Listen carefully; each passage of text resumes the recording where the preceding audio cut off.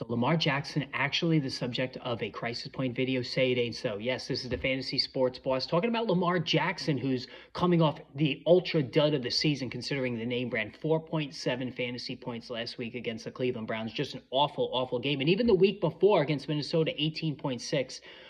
Just not what you're expecting out of Lamar Jackson, considering what he's done, especially over the last season plus. So, now, what is going on though with Lamar Jackson? The key with Jackson to me is the lack of running. He's not physically right. He's had multiple injuries, lower body injuries, his legs, his knee, his ankle, calf. He's basically run the whole gamut of injuries, lower body injuries. He's missed time already this season. So right now it's the ankle that took him out of practice Wednesday. He did practice fully on Thursday. So he's good to go against the Jets, and this is a good matchup for him, but he's not running.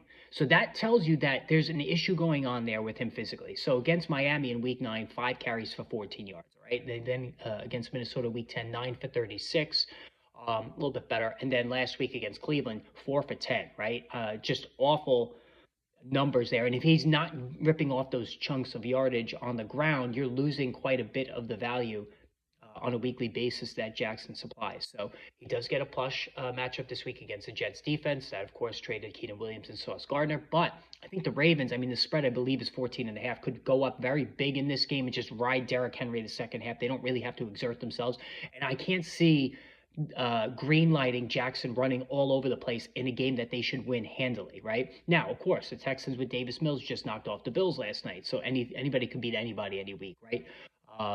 So, we're not going to, we'll take that with a grain of salt. But Lamar Jackson, no doubt about it, he's running a lot less. I don't think he's right physically. I think long term he's going to be fine. And again, he has Cincinnati next week, so he's got some really good matchups coming up. Pittsburgh in week 14.